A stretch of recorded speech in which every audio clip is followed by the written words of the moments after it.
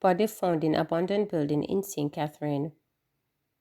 The police are probing the circumstances surrounding the death of an unidentified man whose body was found in an abandoned building in Above Rock, St. Catherine on Saturday. Reports are that about 3:44 a.m., citizens saw the body laying in the building and summoned the police. On their arrival, officers observed the body on its back in a pool of blood with a gunshot wound. The scene was processed and the body removed. Investigations continue. St. Catherine man shot dead after trying to disarm cop. A 40-year-old man suspected of criminal involvement was shot dead after he reportedly attempted to disarm a policeman in Kaisers in St. Catherine on Friday. He has been identified as Aloy Dabdo Grant from Guys Hill. The incident happened around 7 a.m. while a police team was in the area searching for Grant, who was accused of several criminal offenses. Upon encountering Grant, an altercation allegedly ensued, during which he allegedly tried to seize an officer's weapon. In the ensuing confrontation, Grant was shot and injured.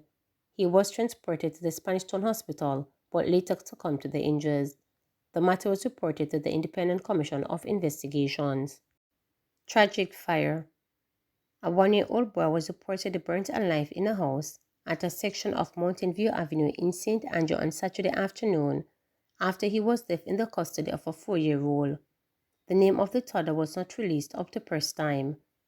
Reports from the Jamaica Fire Brigade are that about 12:53 p.m., Wellington Town Fire Station responded to a call about a blaze at a dwelling. During the cooling down operations, the remains of the child was discovered. Commissioner of JFB Stuart Beckford told reporters that an investigation revealed that the toddler was left with a 4-year-old who reportedly caused the blaze. Based on information received, the 4-year-old was playing with a lighter, and that is what would have caused the fire.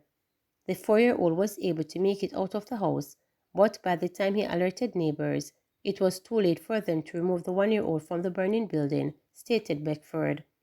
In an appeal to parents, he urged them not to leave children unsupervised, warning of the dangers that can occur. If you have to go on the road to do business and you have young ones at home, please find an adult, whether it's a friend or relative, to stay with them. I know it's not necessarily easy sometimes to find adults to stay with these infants regularly, but we have to be more responsible as parents, stated the commissioner. While we are not seeing a lot of these incidents as in the past, one such incident is one too many. That's one innocent life that has been lost because a parent was not responsible, he added. A total of 22 people have perished from fire since the start of the year. Beckford said the figures represent a downward trend when compared to last year. Opening of new KFC restaurant in Christiana delayed amid alleged building breaches. Despite fast food restaurant KFC Jamaica receiving the green light to open a franchise in Christiana, Manchester, Mayor of Mandeville Donovan Mitchell says such plans will be postponed amid alleged building breaches. The newly built KFC is being housed in a building that Mandeville Mayor says has been constructed larger than initially approved. In light of this, a stop order was issued to the developer, Eden Peart, on Thursday. Mr. Peart and KFC say the restaurant was approved by the Manchester Municipal Corporation and was scheduled to open the next week. But Mr. Mitchell says while permission may have been previously granted, there are issues with the soil type as well as other matters that must be addressed to ensure all compliance with building codes. Mr. Peart said issues with the building were already being addressed prior to the stop order. He added that the stop order has been applied to the section of the building that houses the KFC seems unreasonable since the section had been approved. The developer believes he is being victimized and his political alignment is at the center of the stop order. Dr. Chang wants better protection of school and harsher penalty for domestic terrorists. National Security Minister Dr. Horace Chang has indicated that he will be lobbying for legislation that ensures the protection of school compounds as well as imposes harsher penalty on domestic terrorists. His comment comes in the wake of 2 separate violent incidents at schools in St. Andrew and Manchester. In the Manchester incident, At the Homo Technical High School, the bus driver, Ron Gentles, was shot dead by a gunman. And in St. Andrew, there was a primary school. A parent, Deshaun Neri, dropped off his daughter and upon returning to his vehicle, was set upon by a gunman who shot and killed him. Dr. Chang, who visited Homewood, lamented that criminals, especially those deemed contract killers, now view schools as soft target areas because educational institutions do not usually have police presence nearby. The minister said measures will be taken to better protect school premises from criminals. He added that persons who carry out killings at schools should be designated domestic terrorists and tried for capital murder. There is what about the fourth incident in a very recent time. I said the school that are quiet offers opportunity, and it is the professional killers who do this. They look for the space they can do it without immediate police response. So far, the police has been able to track them down, but we want them to understand that whatever harm in these situations, we will find them and we can treat them appropriately, because it will be a sad day when we have to put a police officer at every school, not only increase demand, but remember, these are quiet spaces where the perception of safety impact is very high, and they're changing that.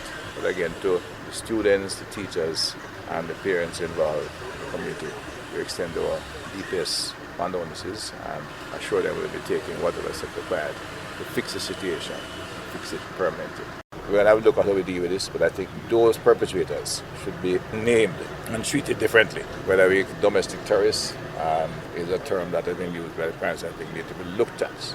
I don't know what the law and the constitution permit, but I think individuals that should be tried for capital murder, and some of their rights of appeal be, once evidence is there, be restrained if it is possible in the constitution, because this is designed to really create fear, and it comes from the increased use of what is now called contract killers.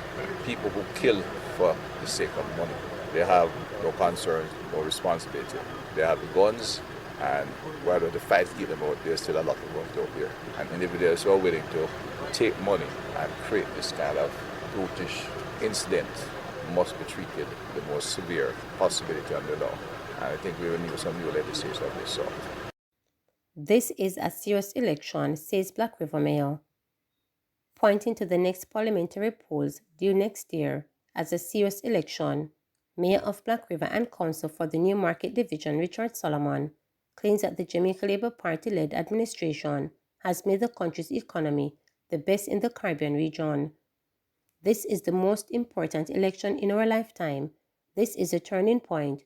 We would have navigated the treacherous waters already. God bless us with a leader with a vision, he told JLP supporters at the party's St. Elizabeth Parish meeting at Newell High School on Saturday. Newell is located in St. Elizabeth Southwestern, a Weatherville constituency, now represented by JLP member and Cabinet Minister Floyd Green. Solomon added that Jamaica's economy is in a good place to the point where former Finance Minister Dr. Nigel Clark was appointed Deputy Director at the International Monetary Fund, IMF. COVID was the worst thing that happened to this country and the world. We have had 2 wars that caused high inflation right across the world, but under the vision and leadership of Dr. Andrew Michael Holness, we have made the economy in the hemisphere in this Caribbean region to the extent that IMF came for our finance minister, stated Solomon. It speaks volume to the sort of work that we have been doing with the economy for this country, he added. Solomon then compared the upcoming election to the November 5th U.S. election in terms of the economy.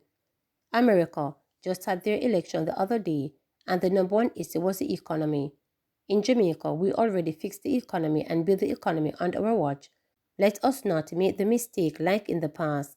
Let us not make misinformation, propaganda, lead us down a path where the country is set back. We are fighting for the next generation of this country, he stated. I know that everything is not perfect, but guess what? We have the best stamp and a government that cares about you. We have the best policies, he added, while adding that he grew up in a household which supported the People's National Party. I am proud to be a Labourite.